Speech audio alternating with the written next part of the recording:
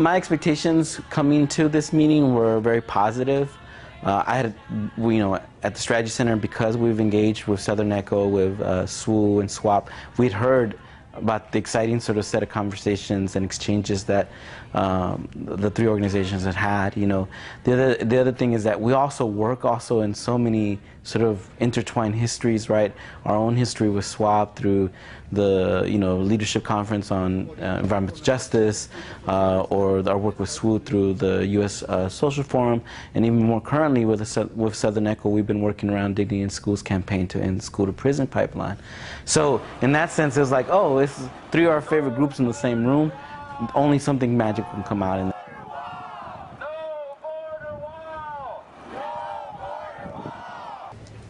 We're in a place where we're moving from minority to majority. In 2022, the majority of youth in this country will be youth of color. By 2042, a people of color majority in this country. From a moment to a movement. Now, the question is, do you have majority power? That's the difference between having majority people and majority power, and that's what I think of when I think of a true majority. Then we ought to have a reflection or a questioning of ourselves, where we find ourselves at. Are we looking at the moment as a post-racism moment because Obama got elected as the first African-American president? Or where is the question of racism at today, still within the historical and cultural context? So we kind of talked a lot about the shared history, and kind of shared some facts that we didn't know and that other people knew, and I had a really good conversation. We have a really good crew at that table. And so to us, it's really important to recognize that we do have shared history because we do have shared struggles. And just like our communities, the movements have always been diverse. And it's important to recognize that we're not getting necessarily the whole truth when we're talking about histories of colonization and history of oppression and the things that were going on in our communities in terms of Latino communities and Black communities. I really like the life roadmap and the timeline exercises because I really just liked getting to know people one-on-one and kind of where they're coming from and how they've gotten to this place. To me, this is anti-oppression work, so it's kind of like work to decolonize our minds and to address internalized oppression, which for me has always been a top priority. But how do we do that outside of just talking about the concepts, I guess, has always been a challenge to me. So I think that a lot of the exercises and conversations that we had here at this gathering are really helpful to figure out what are the actual things that you could do, exercises you can try, conversations that you can have to kind of break down those internal barriers, that are in ourselves, but also like in between different communities and even within our own community. So for me, that was the best part of it, was just getting to know people. Both my grandparents were part of a community fight to desegregate the schools in Hondo, Texas, because Chicano youth were only allowed to go to middle school and were not allowed to go to high school, which was a white high school, until the early 1950s. Later, their children, my father and his sisters, my aunts, organized a school walkout in the 1970s because of the mistreatment of Latino, Chicano, Mexicano youth in the schools, where if they were speaking Spanish, they would get their mouths taped with duct tape. And because of that, we're able to get hundreds of students to walk out. And I share this story because it really begins to tell a story of the economic, political, and social reality of Texas, the Southwest, and really the extraordinary conditions that the southern half of the United States has lived for generations. This bi-regional South by Southwest policy of low road development, we can call it, has continually failed to invest in human and social capital, has left much of the regions with poorly educated families and workers, and poor social infrastructure. Moreover, segregation and Jim Crow laws have really prevented our families from voting and exercising their constitutional rights, including organizing. One was just the intergenerational work. I think being able to see that in action in a space was really quite powerful and eye-opening in terms of what the potential was for it. I think my organization has been sort of grappling with how to do the work in a way that's much more inclusive to youth.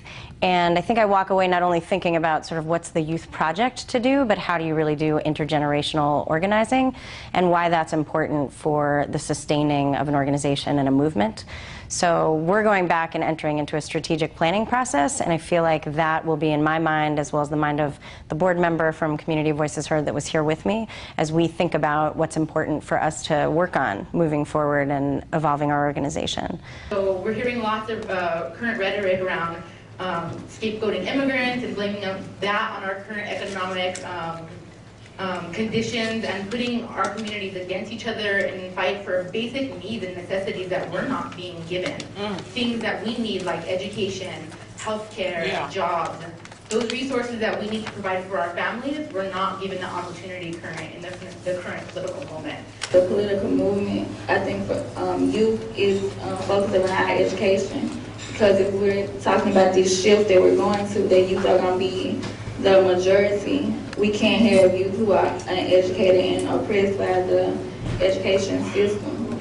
And more, I'm seeing organizations and national organizations like Dignity in Schools and Professional Schoolhouse of Jailhouse that are working on a fair and just education and getting digging back into the schools.